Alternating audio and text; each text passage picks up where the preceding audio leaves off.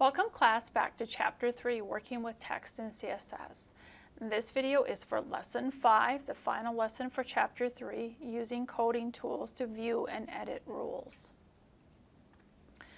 In Code View, you can use the coding toolbar. It contains a number of handy tools that help you navigate through and view your code in different ways. It has buttons that expand or even collapse code, buttons for changing the way code is displayed, and buttons for inserting and removing comments. You can customize the way your page code appears in Code View. You can allow wrapping of lines of code. You can display or hide line numbers and or hidden characters. You can highlight invalid code so you can fix it. Have different code types appear in different colors. Display syntax alerts.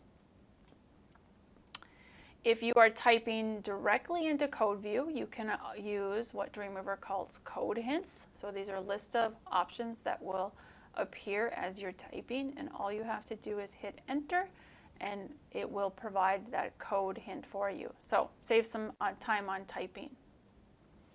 So here's an example of code hints. So we type image, and then here is all of the attributes that would be available for the image tag. You can also convert one type of style to another. For instance, you can move an embedded style to an external style sheet, or an inline style to either embedded or a style in an external style sheet. Okay, so you can use code to do that as well. Okay, so we're going to finish by looking at pages 30 through 33. Okay, so still using our SPA page, we're going to look at the source code, okay, and we're in related files. I'm going to go ahead and close out my CSS Designers panel and my Properties Inspector, because we're going to be primarily here in Code View. So it says scroll up and look into the head section. Notice these little triangles. If we click on the triangle, it kind of collapses that section so that I just have more space to read the rest of the code. So if I didn't want to look at all of this section, which is a comment, I could click that, and the same thing with this one.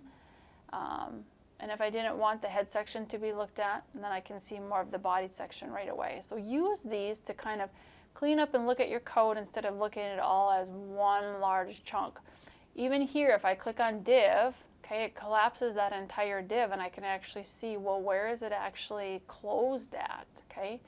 So use those collapse and expand icons, those vertical triangles, to help you with viewing your code. Okay, page 32, move a style from one style sheet to another. And I misspoke.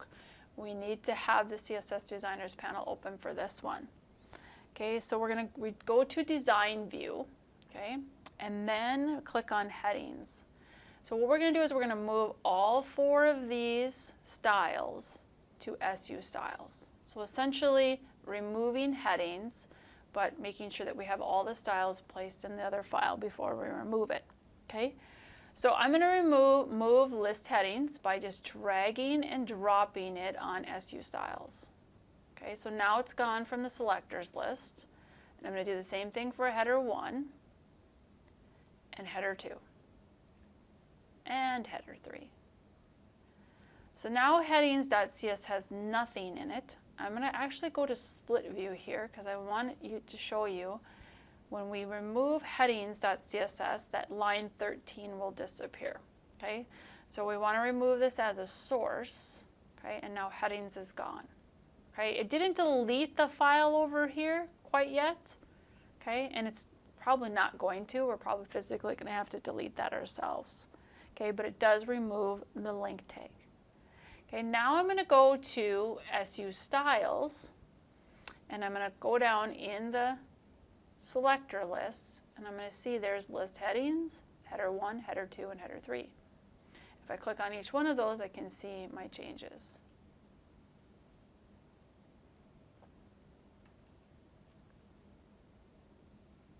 Okay, so oh yeah, it changed it to a number. I was just looking at the font weight. Don't worry about that if you see that.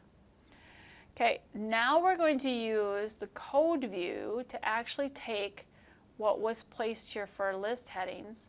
So if I scroll up just a tiny bit, I'm going to see that this is the desktop section. And the close of that media query is right here.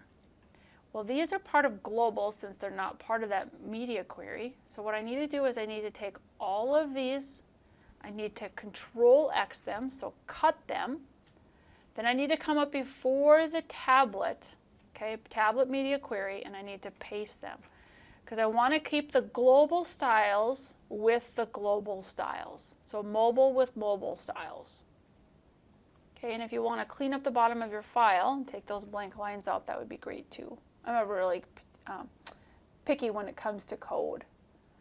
Okay, so now I'm going to do File, Save. And I'm going to do the same thing for SPA. I'm going to click on Source Code, File, Save. Okay, and since this one is not there anymore, I'm wondering what it's going to do. I'm going to go Save All. Okay, if I look at headings, it's blank. Okay, so hopefully it didn't add in a link. It doesn't have the link to it. So once I close out SPA and I open it up again, I no longer see the headings file. So Dreamer is a little slow when it comes to updating that related files toolbar. But since this file is blank, we're no longer using it, I want you to go ahead and right click on it and go to Edit and then to Delete. Okay, so to clean up those files there. We don't want any empty files just hanging out.